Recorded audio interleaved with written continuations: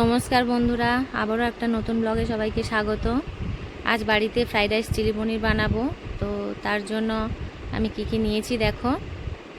Fried রাইসের জন্য সবজিটা কেটে রেখেছি, কাজু কিশমিশ ভিজিয়ে রেখেছি, আর পনিরটা মশলা মাখিয়ে রেখেছি। দেখো আমি দু পাকা উনুন ধরিয়ে নিয়েছি তাড়াতাড়ি যাতে রান্নাটা হয়। একদিকে ভাতের জল বসিয়ে দিয়েছি হাঁড়ির মধ্যে, আর কড়াইতে তেল দিয়ে নিলাম। পনিরগুলো ভাজবো। সয়া সস দিয়েছি, পরিমাণ মতো নুন দিয়েছি, একটু কর্নফ্লাওয়ার দিয়ে মাখিয়ে রেখেছিলাম। আর এই যে খুন্তির মধ্যে দিয়ে আস্তে আস্তে করে কড়ার মধ্যে দিচ্ছি, না হলে পনিরটা ভেঙে যেতে পারে। তো পনিরকে বেশি ভাজার দরকার নেই, হালকা করে ভাজলেই হবে। বেশি ভাজা হয়ে গেলে পনিরটা আবার শক্ত লাগে। প্রথম যেগুলো দিয়েছিলাম আবার ভাজা হয়ে এসেছে, আর যে কোটা বাকি আছে কড়ার মধ্যে দিয়ে নিচ্ছি। এগুলো ভেজে তুলে নেব।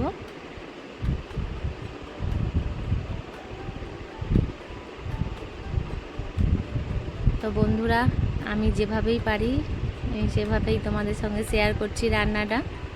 তোমরা কে কীভাবে রান্না করো কমেন্টে জানিও। ফ্রাইড রাইসের জন্য আমি সবজিটা ভেজে নেব।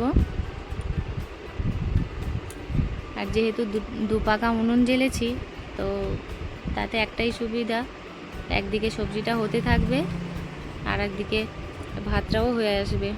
তো আমি সবজিটায় পরিমাণ মতো নুন দিয়ে দিলাম।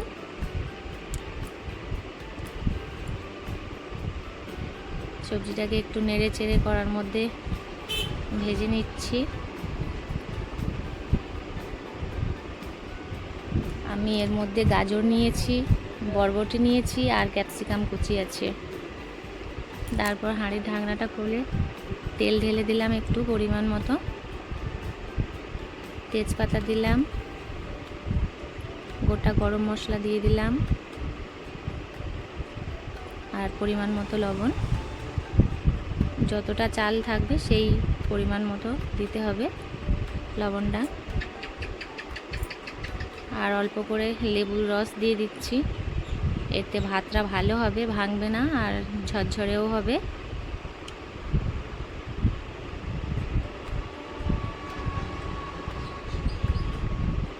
কড়ার মধ্যে সবজিটা লেগে যেতে পারে, তাই আমি মাঝে মাঝে নাড়াচাড়া করছি।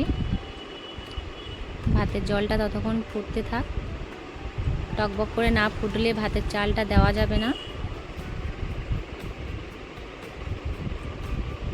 দেখো আমার সবজিটা ভাজা ভাজা হয়ে এসেছে, আমি নামিয়ে নিচ্ছি।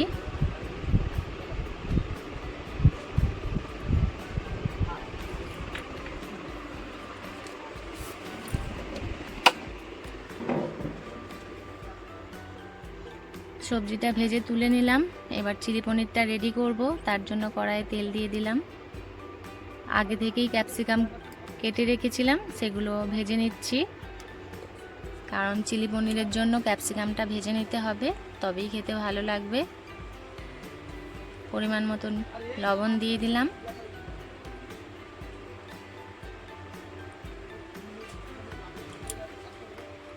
আর আমি তো প্রায় সময় লোহার কড়াইতে রান্না করি, এটা সিলভারের কড়া ছিল, তো তার জন্য একটু লেগে লেগেও যাচ্ছে, আমার সমস্যা হচ্ছিল। যাই হোক, ভাতের জলটা টকবক করে ফুটতে শুরু করেছে, চালটা দিয়ে নেব।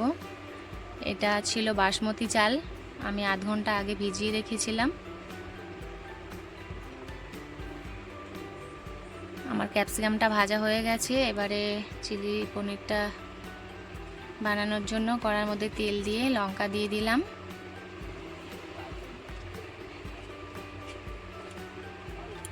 লঙ্কাটা ভাজা ভাজা হয়ে এলে তারপর আদাটা দিয়ে দিলাম। আর দেখো ভাতটাও ফুটে গেছে, নামিয়ে নিতে হবে। কড়ার মধ্যে ক্যাপসিকামটা দিয়ে দিলাম। একসাথে দুদিকে রান্না করছি, তো একটু তাড়াহুড়ো করেই করা হচ্ছে, কারণ দুদিক না সামলাতে পারলে কড়াটা তরকারিও লেগে যাবে। তো দেখো বন্ধুরা, ভাতটা আমি নামিয়ে নিচ্ছি, আর এদিকে ততক্ষণ তরকারিটা হচ্ছে।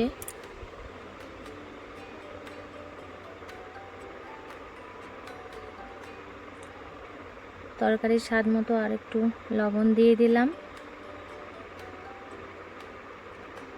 সামান্য পরিমাণ হলুদের গুঁড়ো দিলাম, আর পরিমাণ মতো লঙ্কার গুঁড়ো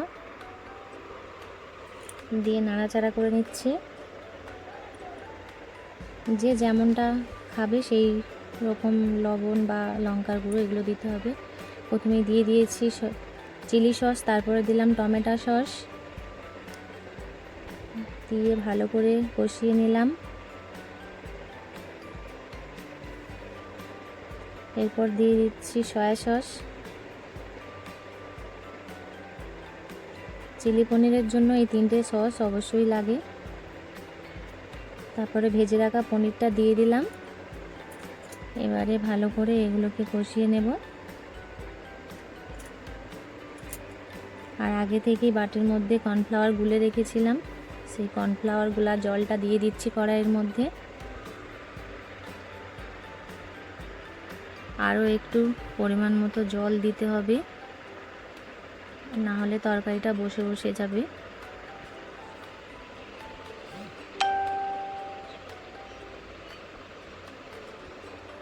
তো চিলি পনিরটা প্রায় আমার রেডি হয়ে এসেছে, একটু ঢাকিয়ে রাখলেই হয়ে যাবে। যেহেতু সবই তো ভাজা, শুধু সস দিয়েই ভালো করে কষিয়ে নিলেই রেডি হয়ে যায়। তো আমার হয়ে গেছে চিলি পনিরটা। তারপরে উনুনে এত ধোঁয়া হচ্ছিল আর তাপ লাগছিল, তো সেখানে আমি রান্না করতে পারছিলাম না, তাই উঠে এসে আবার গ্যাসটা জ্বাললাম, গ্যাসে ফ্রাইড রাইসটা বানিয়ে নেব। তো তার জন্য কড়াইয়ে ঘি দিয়ে কাজু কিশমিশটা ভেজে নিচ্ছি। কাজু কিশমিশটা একটু লাল লাল করে ভেজে নেব, ভালো লাগবে খেতে।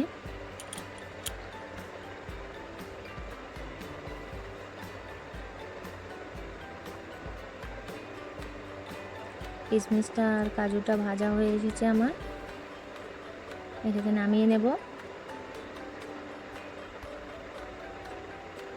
দেখো বন্ধুরা, ভাজা হয়ে এসেছে, নামিয়ে নিচ্ছি।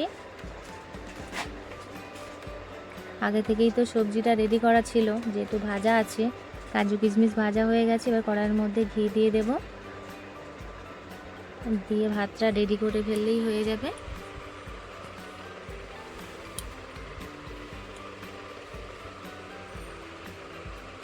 আর ভাতের পরিমাণটা অনেক ছিল, সেই জন্য আমি একটা লেয়ার বানালাম। আগে কিছুটা পরিমাণ ভাত দিয়ে দিয়েছি, আর তার উপরে এইগুলো ছড়িয়ে দিচ্ছি। আর যতটা ভাত বাকি আছে আমি ওপরে দিয়ে দেব, তাহলে রাইসটা মানে ভাতটা মেশাতে সুবিধা হবে। অনেকটা পরিমাণ ভাত তো ভেঙে যেতে পারে, সেই জন্য আমি এইভাবে লেয়ারটা তৈরি করলাম।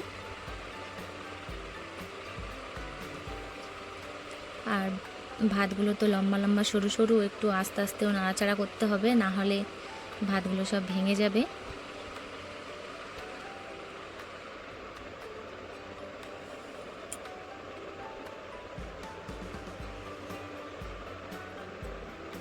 ভাতটা সুন্দর লাগছে, প্রায় রেডি হয়ে এসেছে। পরিমাণ মতো একটু চিনি ছড়িয়ে দিলাম।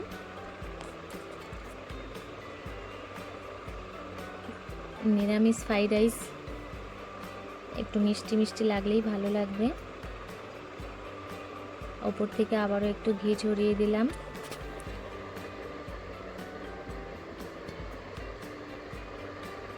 ফ্রাইড রাইস আর চিলি পনির বানাতে আমার কতটা সময় লাগলো, কিন্তু বন্ধুরা এটা খেতে বেশিক্ষণ সময় লাগবে না, 2 মিনিটেই খাওয়া হয়ে যাবে, কিন্তু বানাতে আমার 2 ঘন্টা লেগে গেল।